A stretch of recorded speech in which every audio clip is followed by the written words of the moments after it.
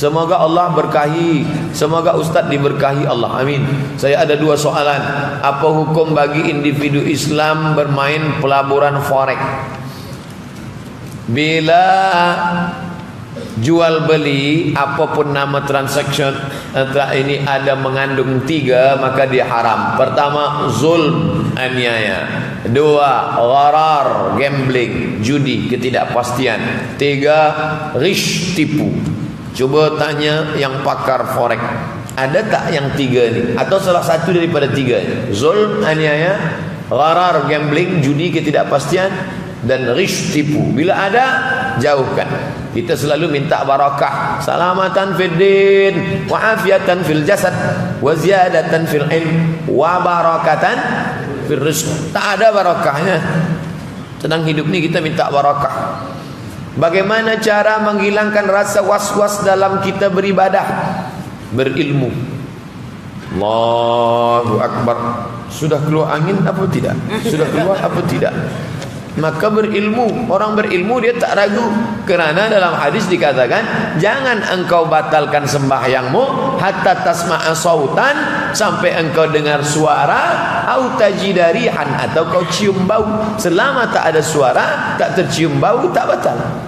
Siapapun berbisik, satu masjid ini mengatakan kau batal, kau batal, kau batal, tidak batal. Tak ada suara, tak tercium bau. Kerana ada yang tak bersuara, baunya luar biasa. Maka berilmu. La ilaha illallah. Cuba baca pangkal ayatnya. Fa'lam annahu la ilaha illallah. Fa'lam, berilmu dulu. Itu tajuk kaji kita petang tadi dengan sahibul fadilah Ustaz Azhar Idrus. Istiqamah dalam berilmu. Saya sampaikan 4. Istiqamah dalam ukhuwah, istiqamah dalam amal, istiqamah dalam menjaga amal, istiqamah. Tapi beliau sampaikan tambahan, istiqamah dalam ilmu. Maka bila ada majlis-majlis ilmu, hadir. Alhamdulillah, malam ni melimpah ruah. Mudah-mudahan kita istiqamah sampai anak cucu, insyaAllah. Sila Ustaz jelaskan, sejak belakangan ini ramai kaum wanita yang haid masuk dalam masjid. Bila kita tegur, mereka marah balik, buat tak tahu. Macam mana tu Ustaz? Perempuan yang haid, maaf, yang uzur, maka dia tidak boleh melakukan pegang Quran, bawa Quran, baca Quran, solat, iktikaf, tawaf, puasa. 7. Buka kitab Al-Fiqhul Islami wa Adillatuh Syekh Wahbah Zuhaili. Jadi bila perempuan ini ingin dengar tazkirah, di mana? Itulah maka masjid-masjid itu ada halaman. Ada masjid-masjid itu biasa. Maka dipasanglah di situ screen, ada suara, dia duduk untuk perempuan-perempuan. Nah, ini gunanya. Maka yang membina masjid dia mesti faham. Kalau tidak, maka na'udzubillah. Mana dalilnya perempuan tak boleh? Bezakan antara al-marru dengan al-muksu. Al-marru lalu lalang. Sana tak ada jalan, sini tak ada jalan. Ada rumah di sini dan ada kedai di sini. Maka perempuan haid lalu berjalan. Ya, tapi al-muksu menetap tidak. Ini mimbar Nabi, ini mihrab Nabi. Lalu kemudian ni rumah Nabi. Nabi datang mendekat kepada Sayyidatuna Aisyah radhiyallahu anha. Apa kata Nabi? Nawilinil khumrah. Hai Aisyah, tolong ulurkan aku kain. Nabi tak keluar.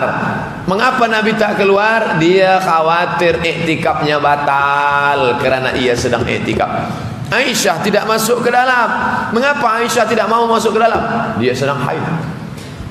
Lalu bagaimana jalan keluarnya? Nawilinil khumrah. Aisyah mengulurkan tangannya, tapi badannya tetap berada di luar.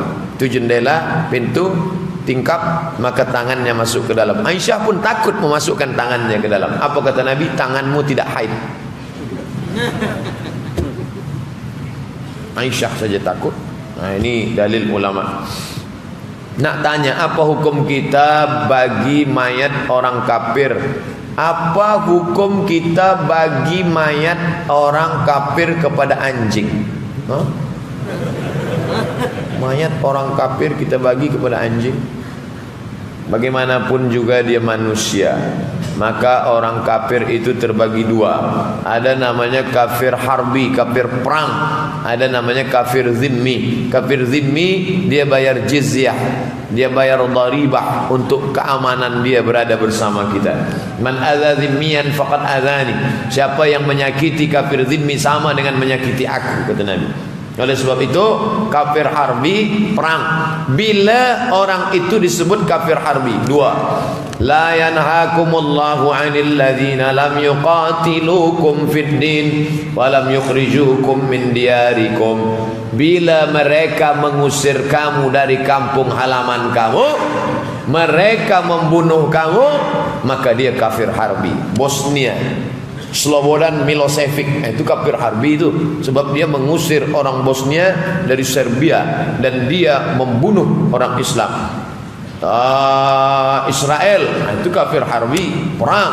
Akan tetapi kafir zimmi yang hidup bersama dengan kita, maka antabarruhum, buat baik, wa tuqsitu ilaihim, bersikap adil.